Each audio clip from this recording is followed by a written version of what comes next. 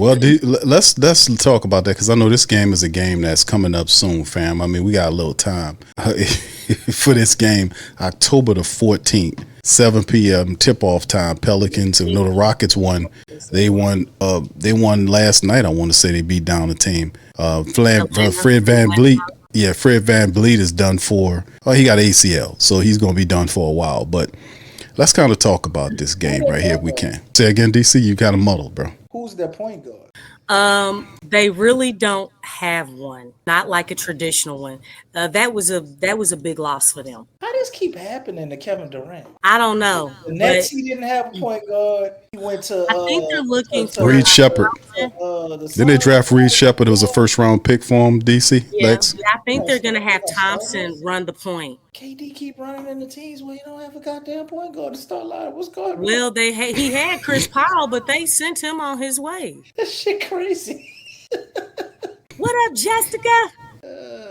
But this is the thing, man. We got this team. Y'all mentioned and talked about. Okay, y'all were very positive about the competition we seen in Australia. How the Pelicans handled it. Some people, including myself, were very happy how the Pelicans played. They did a lot of positive things offensively, defensively, a lot of stuff to kind of iron out. But we asked for how does this look against NBA level competition? Houston, Orlando, next on the slate. Despite Fred VanVleet going on with his injury, DC, and it's going to be tough. Suffered a torn ACL, might be out for the entire 25-26 campaign, according to Shams. So that's big. So at some point they'll probably more than likely try to see about making a trade, perhaps, or try to see if they can acquire some help. Like I said, just showed some of the family members the depth chart for the Rockets. Reed Shepard, the draft pick that they have. Aaron Holiday is the backup. And, of course, they can run point, I guess, through other players like you mentioned, Amin Thompson. It could be that. The team added Josh Okogie. They got a very interesting. This is a very feisty team, but, yeah, very much incomplete. I anticipate more than likely they'll probably end up making a trade at some point to try to maybe add a veteran here or there. We'll see Emi Udoka, how he plays it. But let's kind of preview this game. What y'all see? What's the keys to victory and how you see the Pelicans taking care of business in preseason game number 3 against the Rockets? There's one and only one key to victory against the Rockets. Lord. That's it. That is to not get fucking injured. That's it. What? If we don't get hurt, we won. I don't care. What? I don't care about the final score.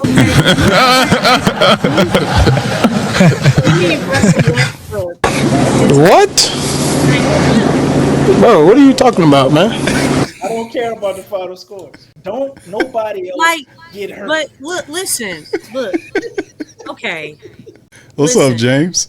I understand who they have. Okay, are the Pelicans trying to get prepared for the regular season? And you can't okay, so in regular season, in preseason, the logic does iron out though. No, I mean, first of all, if you play, you don't play with, be like, hey, avoid to get hurt. Chicken, like we already know that. I mean, playing any sport, you could be walking down your steps in your house and trip over something. You don't even have to play in the game. And that's happened to a couple of players. And they tore some major things. I don't want these guys to go out there playing skittish. You either healed or you ain't. I'm not saying that. DC, that's basically what you said. I didn't say they need to play skittish. We can't be playing scared though. And this guy. If we thinking about, let's be careful. Oh, let's watch the way that we run. Well, they're not about to run those strategies and those schemes to really try to. I'm just saying, man. I mean, if we prepping, vanilla, but what's up, Carlton? They match up good against us. I mean, I don't want to assume that. I like to look. I'm not bringing last season's energy into this season's energy, but we still want the guys to play because you're getting ready for the season. And look at really what's concerning is look at the gap. They look ready as far as conditioning wise. No, but right now they're other teams are playing consistent games in the preseason. Look at the gap. The next time the Pelicans plays on the 14th, Houston just played yesterday. Right. Now that right there is very concerning. That huge gap, and then they go on the 14th to play this game. I don't know who made the schedule, but they were high on something. We played Saturday. They played yesterday. We got a few more days than them. They gonna be, out of playing for a while too. But no, not like the Pelicans. I'm not worried about them. That's fine, but the most important thing coming out of the preseason is that we don't get nobody hurt. So if they don't get hurt, regardless of how good or bad this game looks, it still ain't a win in the win column, and it ain't a loss in the loss column in the regular season. So as long as nobody gets hurt, it's a win. That's all. But that's not okay. Well, I mean, That's for that. all I was You know what though? Then that's saying. for the whole season and the playoffs. Not necessarily. Yes, it is, because I don't want none of these chicken heads to get hurt. I don't want none of them to get hurt either. But if You you, know had what I'm a saying? game In where any you game. needed to win to get in the playoffs and you won that game with somebody get hurt, shit, I'm still happy we won and got in the playoffs. It's about risk versus reward. So that's the only reason I said it ain't that big. But I just, but I still, I get you. Your I coach still coming want them to out. play though. Coach I mean, Lex coming out. yeah. I mean, hey man, you play hard. If you look, I wasn't saying they shouldn't play, like the players should go out there. Oh, I don't want to get hurt. I'm just saying if nobody get hurt, that's the third. I mean, I just I just feel like automatically that's for the whole season. I don't want anybody on this team, like even the third string, and anybody like if they send somebody down to the G League and bring them back, I don't want nobody to deal with any type of injury. And I think everybody wants that. I want that I want that not just for the season, for the way the Pelicans been dealing with injuries, man, for the rest of however the organization goes on and is in New Orleans and all that stuff. Because I'm tired of injuries. I really am. I don't want nobody to get injured though. But I do want those guys to go out there and play hard so we can see what we have that's coming for the regular season. Well, I could tell you right now, I don't think Houston has an answer for us offensively. What you gonna want to see for this game is what we can do defensively again. Because well, they like definitely have rebounding. Oh, that's what I'm saying. So this is a good test to be able to test out their improvements that they should be working on right now on rebounding, because that's exactly where I was going with it, Lex. Because defensively, I think the Pels can make some stops, but they clearly can't end the possession. If you can't end the possession, are you really playing defense at this point? Because if somebody get a second chance rebound and they score, nobody cares how you forced them to a missed shot before that. It don't matter. They're going to have another chance to try to see if they can figure out this rebounding issue. I think it kind of depends on what it comes who down plays to and who doesn't play. If Herb is out there and we got Trey out there, I don't know how rusty they may look, like you said, because they definitely will. That's a concern. That long. But if we got Herb, that added addition, he's not enough to fix all the rebounding woes from what I've seen, but it definitely will change the game. So I'm curious to see if he's improved, because to me, Herb is kind of the key. If anybody should be chasing down rebounds some type of way, it's got to be him. Obviously Looney in the start lineup, but you really need Herb to be that guy and clean up everything. I got to disagree. He got to step up too. It's not just Herb. It's got to be everybody. Everybody. It's everybody. Yes, exactly. Everybody. It's a team effort. You know why? I'm going back to Oklahoma City. I'm talking about him improving, though, Lex. No, I'm just saying, like, if we want to rebound, it's about effort. It's about getting back to the fundamentals. Dude, box out. Find your man and box him out. It works. I haven't seen the Pelicans play, but I haven't seen the Pelicans play like that in a long time. Kevon Looney played like that. Call that cliche, but dude, but still works. Was that for Golden State or what for the Pelicans? Not for the Pelicans. They just wasn't getting he boxing out people, but they're not getting the rebound. Okay,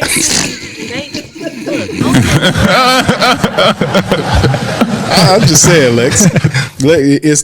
You're right. That it's a team effort. Like you mentioned, OKC, man, those guys, that's a team mindset they all bought into. They had both their big men out early last season, and they were leading in rebounds. They had a whole bunch of miniature people out there, and they were rebounding. You can't tell me that these guys, you can. It's not about height. I think we affiliate having height with rebounds, and that's not the case, because we've seen guys that are 7 foot and up, and they don't rebound very well. Luka Doncic has had more rebounds than some some 7-footers. So He Westbrook don't has. care about no height. Always But get I'm just rebounds. saying, like it's really about effort. Box out and go get the ball. If you box out, somebody on the Pelicans is gonna get the rebound. If everybody's pushing their man out, the team is gonna get the rebound. That's all it takes. If you start there, that's gonna change things in itself. Yeah. That's true. James makes a good point about OKC. They turn you over. So that's a part of the philosophy too. The defense, the caveat to playing stiff defenses, they turn you over and then they run and they score off it. It makes the game a lot easier. Like they're really aggressive. They force the turnovers, then convert the turnovers into points. That's what OKC's stratagem is, and it works a lot. They are very handsy. They play the passing lanes very well. They're intelligent. It's a part of their overall. That's bred into the mentality. I have not seen the Pelicans play that style of ball in a very long time, if any. And if I did see it, wasn't a sustained way of, mindset where they play tough like that per se. We all know the problem, no? We understand that, but I'm saying at the same time, people got, it's supposed to be bred into, like if the guy is a head coach that's a defensive player, he cut his teeth talking about he's a defensive guy. He's obviously not an offensive minded person, but the defense is not there. I don't see what they're trying to do defensively. Sometimes they look lost. Sometimes the floor is unbalanced. Sometimes they overcommit. The communication is not there. And they call zones for no reason. It's very weird that this kind of stuff happens. But I'm saying at the same time, it's just interesting for me to see what Joe Dumars does there. Because like I've said before, people will look at Joe, all his accolades. And like I said, Joe Dumars was good enough to be a head coach in the league with all of the stuff that he knows. He could have marched in there and been a head coach. He didn't have to make the jump from player to exec. He could have been a head coach. Somebody would have gave him a shot and he probably would have been a good one.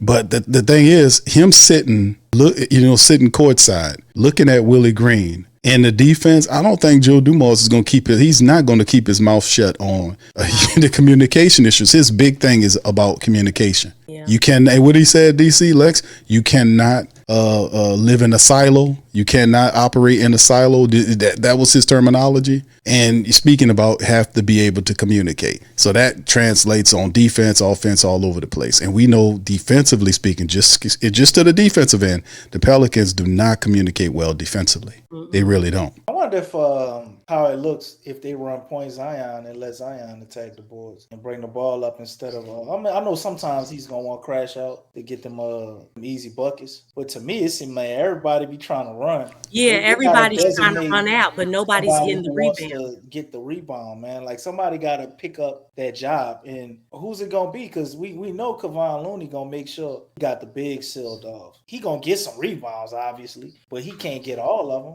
Who else trying to do that dirty work? They gonna put Herb on that mission. They gonna put Trey on that mission. Somebody has to step up there. Is Jordan Poole gonna improve? It's gonna have to be everybody. He's not a rebounding point guard. Is it gonna be a collection of all of them? It has to be everybody, Lex. And y'all are right. It has to be collective. Like I said, if has it ever been collective with this unit? But hey, I mean, what's the goal? What did Joe put up there? One goal. There's one goal, and you got to get rebounds. Rebounds means possessions, and a whole bunch of Hall of Famers or ex-players, they say all the time, rebounds means championships. We know the defense wins championships, but rebounding is very important. It holds just as much weight as defense, if not more, because it's possessions. You got to have possessions in order to have the opportunity to score more points than the other team. And you also got to get a rebound to finish off the defensive possession. Oh, you ain't doing nothing. Yeah. You absolutely right. And you know what? Another thing, how can you get out into transition if you don't get the rebound? I'm just saying. They could attempt to get out in transition. Like, that's what they be doing. You know what I'm saying? If everybody's running back in transition, like dog, we don't have possession of the ball. That be looking like some Three Stooges. What is going on? You need the ball. There is no transition without the ball, unless you're getting offensive rebounds. Okay, I think they're gonna figure it out though. But we can obviously see their intentions this year, and I like it. They want to be a team that's gonna get out and run. I think that's Well, we're probably gonna be at our best. I think James pointed out, right here, talking about that 23-24 season, we was getting all those deflections and getting points in the fast break. And we're gonna have to get easy buckets because we know that our coach not gonna scheme up schemes to get us easy buckets. So you gotta get the easy buckets like that. And where's the joystick at? Boy, that joystick is there, man. You gonna see it go crazy when Joe Dumas see this shit happen. When it happen, Joe Dumas he gonna be yanking the hell out that joystick and Willie back. No. Willie gonna be bucking his eyes and shit and everything. Green snot out his nose. Our philosophy on Dumas coaching the team is gonna come real, and it's gonna be revealed and exposed when there's one thing happen, bro. And what's this? They got a minute and 30 seconds left in the game. Uh-oh. And we win that game, not with a lucky shot, but through a series of very convincing high IQ basketball plays. You gonna know right now, bro. You gonna know that ain't Willie Green doing that shit. He calling a timeout at the right time. They calling the right play, the right ATOs and shit. You know what I'm saying? They doubling the right person, blitzing the right person. That's like, oh, ain't no way Willie Green drew that shit. It's gonna be exposed, bro. Hey, but Big QDC, we can't do the secret contract no more because it's already out. So we got our joysticks now. You hear me? We gotta break out our joysticks.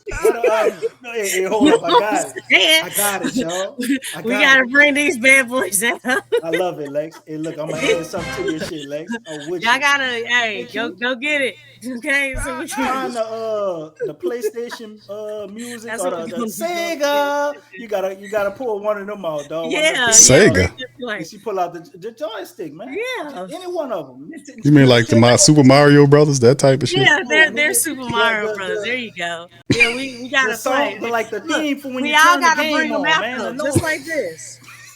So you bring the joysticks out when there is a positive play that happens that's not customarily something Willie Green would do, then we bring the joysticks because you know it's Joe Dumas. Okay, I got you. We got something, y'all. And y'all can join us in the chat too. Y'all get y'all's joysticks. Because Joe Dumas is definitely going to be on his joystick with Willie Green until he's gone. Just telling you. He going to be there too, man. I say Joe Dumas is going to be there, man. Let's go with the PlayStation song, Q. PlayStation. You know, the little Chinese. What? PlayStation. What you talking about, these? What? Stacey says Sonic loses his coin sound. When Sonic loses his coins. The Mario. Why y'all did him? Because Joe from the 80s era?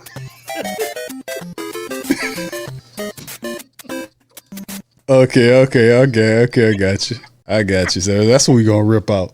We gonna rip that out for him. I got you. There it is right there. Hey, yeah. There it is right there. There it is. So yeah, he tell, hey man, you know. Well, Q, I'm looking for it. No, that joystick got to be back there somewhere. Yeah. Do it again. See, during this time, but this is an early picture. He didn't install it yet. It was later on, and they start practicing. This was introductory. The joystick wasn't put into after the practices started happening. That's when it started going. The joystick is in the practice facility and in the arena. And no, it wasn't there yet. See, this is just the introductory presser right here. This just got started. The joystick was placed after practice. That's what happened. But Willie Green, ain't nowhere in the world Joe Dumas is just gonna let him sit up there and fail. That's why he's sitting right there watching him at courtside. That's a lot of pressure, man. Season and Willie's still gonna get fired. Yes. Well, Joe Dumas eventually gonna get tired of telling what plays to run, and then he's gonna put somebody else in charge because he got a job to do his damn self. It's sad that he gotta hold his hand though. It's sad. I mean, he doing, but he did every part that he could do as a exec. I mean, Gail, I think Gail is in this picture somewhere. I think she was in this picture somewhere. But Gail is the one. She got the joystick. There go Gail right there. Gail brought the joystick. Look at Gail. Gail right there. There she go. The team. Gail got it right this time. She got Joe do that. I heard a rumor. The dude who owned Canes. Come on, DC. He wants to buy the Saints. So I know if he buys the Saints, he probably wouldn't blink twice at buying the Pelicans. I didn't hear no rumor. I didn't hear anything about it. Hear nothing about it. Man, don't know nothing about no football, bro. I didn't hear anything Man, about he ain't that. gotta know much about football. What you think, Miss Benson? Know? She But got the team from Look, Tom look. Benson, who knew about football. I think he Yeah, probably that's know more than crazy her. because But they are dapping him up. At least one of them are not here anymore. But see, y'all seen that? They had Compassion up there. They did this was up press there? conference. See, look, Compassion's still up there. They ain't up there no more. They took all that shit down. It's the introductory press conference right here. They still had that's before he stepped in and took a look around. You see a couple of them old them old signs up in the background You see right how there. he's smiling? Look at that. Look, Joy. They got Joy. You see Joy back there? You paused it just in time. Look at that right there. Yeah, hey, how you doing, buddy? How you doing? All right, bye. You know what I'm saying? Willie, meet me in the back. He I got leaned in and price said, list I'm at. he Look, he was playing the politics game. he leaned into CJ and said, "Bro, you know you getting the fuck up out of here, right? Yeah. You know he that's what he said. You know you about to go, right?" Oh goodness, where's the applause at? Where's the applause?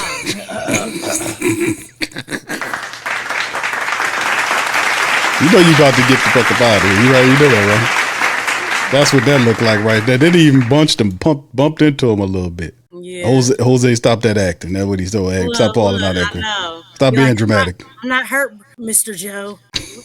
Mr. Joe. Yeah. That's right. You referred to Joe Dumars as Mr. Joe. That's right. But man, I would love to see a Joe Jackson come out of him though. You know what I'm saying? Joe Jackson. Who's Michael? Who's Randy? Who's it? Come on now. Well, I mean, he already set the hierarchy, right? Oh my goodness! But I think I think she got this right. The hire to get him here. I think she got this actually right. I think she got this right. Now, you know, my only critique or criticism of the Joe Dumars thing was, you know, I thought they should have had more of a open scope, you know, a wider field of interviews with other people. We could have talked to Myers and some other people, but she seen Joe as the answer. And that's probably because of Mickey Loomis. Mickey Loomis he referenced this Joe to her because they were supposed to hire Joe when they created the executive position early on. And, you know, then turn around and gave it to Dale Demps. But they came back around to try to rectify it. Joe Dumars is the right decision for the Pelicans. I know some people criticizing this trade to get Queen. I think that's still something that's yet to be determined because, number one, I think Milwaukee's going to be better than what you think they are. Number two, Queen is going to be good for the Pelicans. He's going to be all right. And I don't think then number three is it's too premature to even talk about that bullshit yet. Let a year or so pass before we can get to that. Go ahead, DC. Good this year, brother. But did y'all hear about Giannis? His whole family's moving back to Greece. I wonder next year is Giannis contemplating leaving the NBA and playing overseas or something? I didn't hear that. But what I did hear was it was a New York trade attempt for Giannis. Now I did hear that they were considering New York was trying to get Giannis, and they turned the I don't know, but they turned the trade down because they said it wasn't strong enough. Got to be Karl Anthony Towns. But he got a championship. I mean, if Milwaukee is not the thing, he don't seem like he wants to go anywhere else. I mean, then got him he says he let his family play next to. Right, but he said he let his family choose, and you know his wife and kids they wanted to go back to Greece. He got his kids enrolled in school and everything out of that. I don't know what that means for him next year. I would think he probably definitely plays this year, but he's becoming a free agent at some point. So I'm wondering if Giannis is thinking about just going ahead and leaving the league. I'm sure he probably could get a bigger bag or the same bag playing over there now with how the system is going right now, because he did allude to this. That's why what you're saying, DC, does not surprise me. But with everything that's been going on as far as like injustices and things, he did mention that. He actually, I think he mentioned it either last year or the year before, that he was like, you know, should I raise my children here in America? Like he did say that. So that doesn't surprise me if he does want to move out, because really this country ain't the place to be. Yeah, it's kind of been that way for a while now. I'm just, you know, just low key. You know what I'm saying? You know, I'm just saying it's like there's better living situations in other places. You know, this is a goddamn million that's talking like that too. So that go to show you. He get that. This a man that got millions of dollars, right? Melanation too much here. He got millions of dollars. Get doors open for him wherever he go. He's treated, but he still feel like that. That's quite eye opening, right? Ain't blue collar. We still got a Bucks pick right after we got their pick next year. Still, I think that's the last one. I have to look it up, but I think you're right, DC. I want to say you're right on that. But it's still got interesting. their first round pick. He ain't gonna leave him high and dry. How many left on this deal? I think got 2 years left. They were the Warriors this year and next year. The Warriors are always looking at them. I don't know. You got to look it up, man. I'm not sure. Use your computer, DC. You got more than one over there, right? I'm not on the computer. I'm on the phone right now. Isn't your phone a computer? Yeah, while you're at it, you can look up Kim Reddish, what team he plays for. And when I click over, you ain't gonna be able to hear me tell. Okay, well, there you go. All right, DC. Yeah, man. DC says phone is not a computer. Reasons why I could do some shit I told you I can't.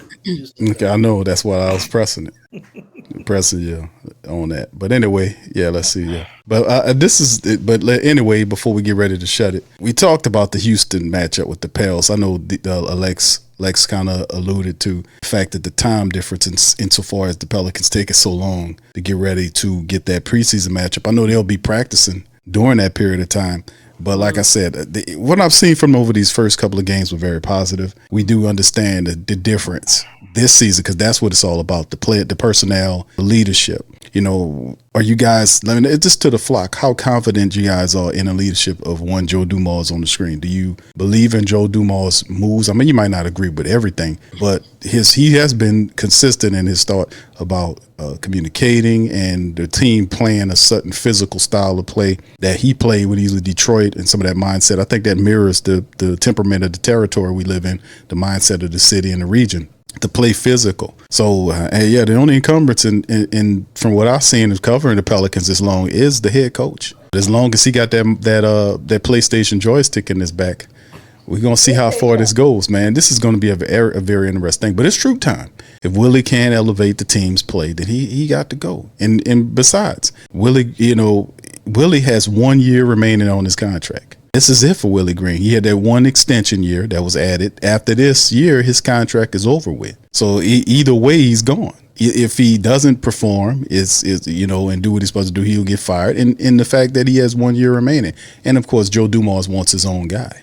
I know he wants his own guy. How he cleaned up house and brought in all these people. He wants his own guy to run it. And one of the family members made mention of Malone, former Denver head coach. That was a great point that he made mention that Joe Dumars, he said the head coach was Malone's father. I thought it was Daly. Wasn't it Chuck Daly? The head coach was the Piston head coach when Joe Dumars was there. Unless he had another coach that I'm not familiar with. But y'all, historians of the game, y'all let me know. Wasn't Joe Dumars only coach that I remember? Unless he was before that. I remember was Chuck Daly. Chuck Daly was the guy that got him that took him to the promised land. Is what I remember. Y'all let me know in the chat. Okay, assistant Stacy said it was the assistant coach under Chuck Daly. Okay, thank you, Stace. All right, but that is still a very great. That might be the stat of the night right there. Mm-hmm.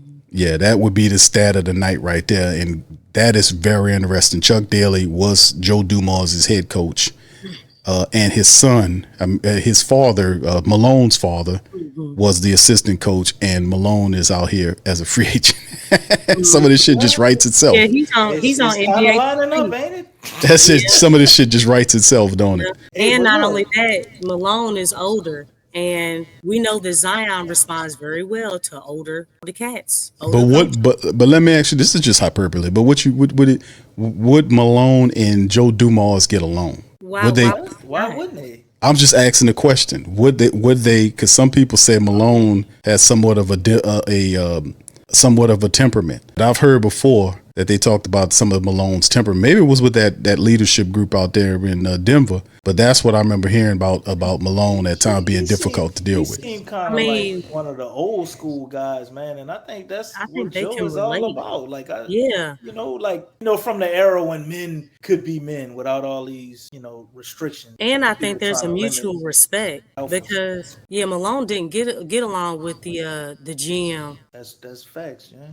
Was he James? They were It clashing. was. Can't remember who he What was. team, Was it James? under Monty? It was Malone. Oh yeah, sure was. That wasn't. Oh yeah, he was. Hold on. Malone was an assistant here in New Orleans. Well, that shouldn't surprise us. We had a lot of It was great something coaches that that left, went somewhere else, and did really well. if the Finch Denver's was ownership, our latest and they greatest. showed Finch, yeah. They He was show a are Finch. competitive. They got a competitive team, and they won a championship. See, the Pelicans don't have This that says type of no. dysfunction. Denver's ownership is broken. Yeah. Let me see. Yeah. Man, Don says Malone and Borregos coached together in New Orleans before as assistants. Ain't that crazy? So who was the head coach? Why did I think this is all under Monty Williams, if I'm not mistaken? Lord Jesus, man, what is? You know what I'm saying? Like y'all had these dudes. Yes, Lex. You know what I'm saying? Like, Yes. but They've Joe, made a Joe, lot of Joe wasn't blunders. here, was he? No, Joe wasn't here. Joe wasn't in the house. We had Dylan Dell Demps, stupid ass, probably still up there. Dylan Dale. Well, you know what? That does make a point because Joe, I think with all the studying that he's been doing, he wanted the team to get younger. As far as, I mean, he talked about that in his interviews. It's building a roster around Zion with younger players. Yeah, because Alluding to what you're saying. What you're saying, James, as far as how Malone many wanting back. years can Zion play at the level he's playing at? Do we look at Zion 7 years from now still being exactly what he is, or will his game? He hasn't hit his prime yet, right? He gonna get better, right? He's not technically in his I prime. ain't saying he's not his prime. 27. Because I mean, he's had a lot of How time long out. will his prime last? Will his prime 2010, 2011. It was excuse me, for the Michael Malone Hornets. It was served as an assistant coach for the whatever Hornets at the time during the 2010-2011 NBA season. During this time with the Hornets, the team achieved a 46-36 record and made the 2011 NBA playoffs under Malone's assistance. The Hornets had the most improved defense in the league, averaging 8.7 fewer points than in the previous season. Following his stint with the Hornets, Malone went on to become the head coach for the Kings, most notably the Denver Nuggets. He led the Nuggets to the championship in 2023 and was fired by the Nuggets 2 years later. Say again? Malone coach DeMarcus Cousins? What? As the Pelicans or at a different stop? Oh, with the Kings. Yeah, he did. His early coaches, man. Everywhere Malone went, like the bigs did well. Yeah, and he had run in with their front office too. Yeah, that's what winning too. But that's when y'all asked me the question about.